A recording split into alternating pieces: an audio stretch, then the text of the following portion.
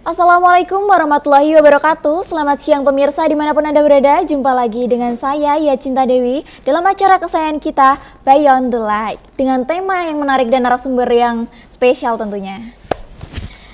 Nah pemirsa, di tahun 2022 ini Menteri Pendidikan, Riset dan Teknologi Nadiem Karim meluncurkan kurikulum baru, yaitu Kurikulum Merdeka pada 11 Februari yang lalu. Pergantian kurikulum secara tiba-tiba ini sempat menuai pro kontra dalam kalangan pelajar maupun pendidik, karena konsep yang jauh berbeda dari kurikulum sebelumnya.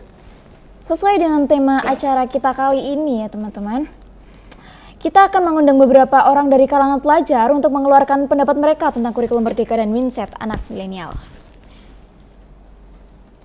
Pemirsa, di studio kita ini sudah kedatangan tamu yang spesial loh.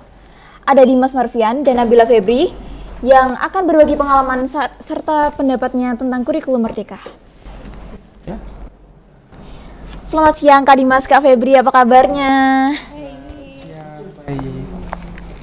Oke, kita langsung aja ke pertanyaan pertama. Bagaimana pendapat Kak Dimas ketika kurikulum merdeka diterapkan? Jujur saja ya, saya sebagai pelajar itu merasa kaget karena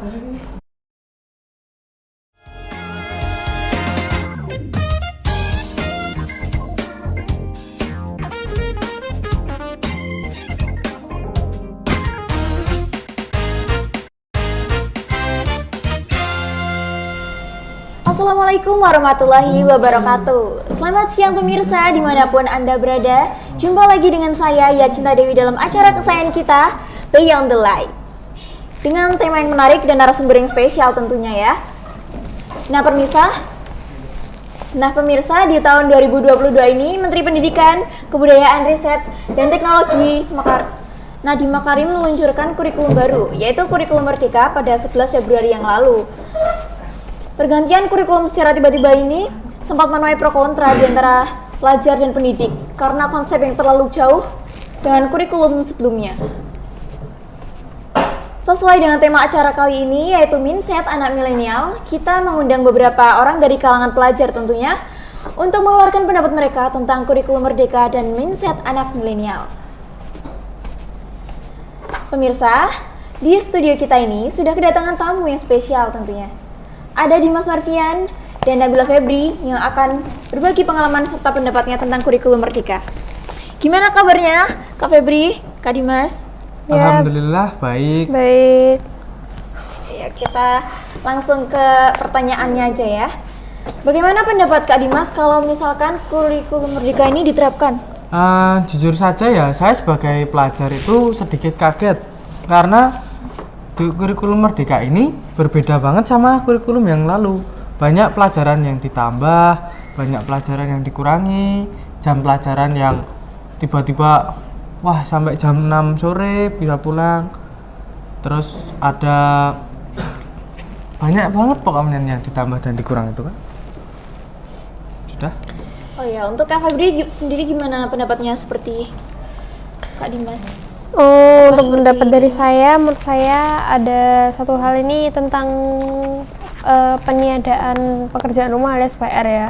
Jadi setiap melakukan pembelajaran, jadi tugasnya bisa langsung selesai gitu. Tapi bebannya di situ adalah kadang tugas yang diberikan tidak sesuai dengan jam pelajaran yang ada. Jadi tugasnya istilahnya terlalu banyak gitu menurut saya. Jadi kita bingung gitu, ini nyusahinnya gimana, akhirnya jadi tunggakan juga di rumah gitu kan, harus cepat selesai seperti itu. Ya kalau dampak kurikulum ini dalam pembelajaran tuh gimana?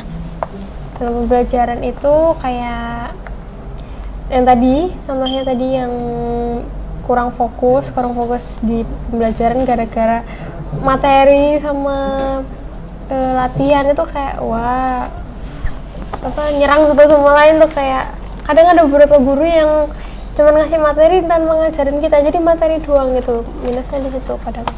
Jadi kita kurang mengerti. Oh iya, nah itu dia pendapat narasumber tentang kurikulum merdeka yang terjadi dalam lingkungan pembelajaran mereka. Nah kita bergeser dikit nih ke mindset anak milenial zaman sekarang. Menurut Kak Dimas sendiri seperti apa sih mindset anak di zaman ini? Mindset milenial, anak muda milenial yang sekarang itu banyak yang malas, bingung, tidak punya motivasi, bahkan tidak punya cita-cita. Dan disinilah peran penting keluarga untuk mendidik anaknya menjadi anak yang mempunyai motivasi, mempunyai cita-cita, dan anak yang baik tentu saja. Dan karena itu harus banyak yang dilakukan oleh keluarga, seperti merawat anaknya dengan benar, terus memberi masukan, dan memberitahu tentang etika dan sopan santun ketika dia berada di luar sana lah, di dalam rumah, di luar, di sekolah, ataupun tempat-tempat lainnya. Itulah peran penting keluarga.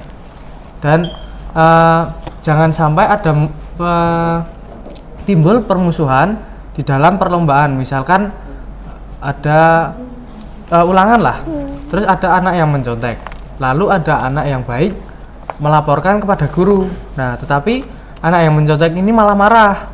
Seharusnya dia tahu kalau mencontek itu bukan perbuatan yang baik, makanya dilaporkan kepada guru. Harusnya lebih itu ya. Baik, jadi seperti itu ya Kak Dimas. Memang persaingan itu benar-benar nyata. Kadang mereka bersaing dengan cara yang tidak sehat, mencontek dan membeli jawaban dari soal-soal ujian yang mereka lakukan. Dengan cara memotivasi diri dengan rajin belajar, karena hal tersebut adalah kunci terbaik dari kesuksesan. Nah, untuk Kak Febri sendiri, apa sih yang bisa Kak Febri rasakan ketika menjadi bagian dari anak generasi milenial?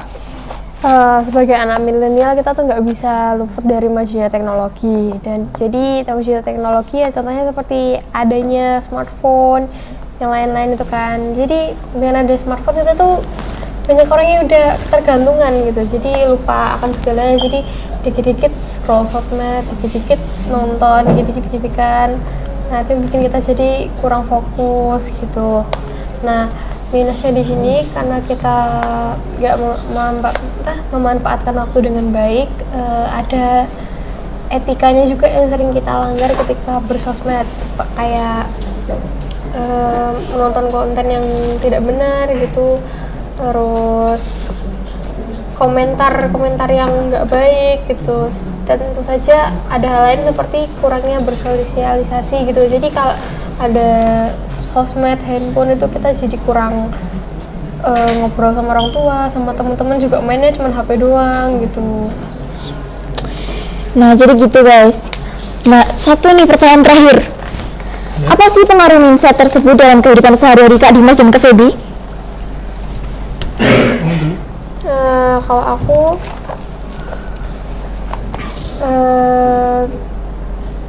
dampaknya tuh ada banyak.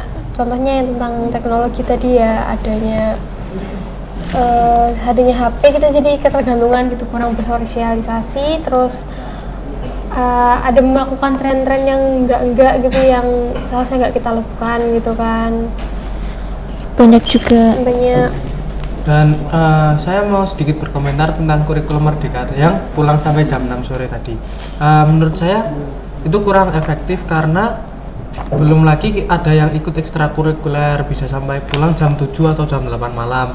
Dan nanti pulang ke rumah cuman tidur. Kayak rumah itu cuman sebagai tempat untuk beristirahat, cuman tidur, bukan tempat untuk kita membangun relasi dengan keluarga agar terjadi keluarga yang baik. Tetapi di rumah kita kan udah sekolah, udah menjalankan aktivitas sehari-hari, pasti sampai rumah cuma makan lalu tidur, nggak ada perbincangan dengan keluarga dan lain-lain. Dan hanya kita harus beradaptasi dengan banyaknya perubahan.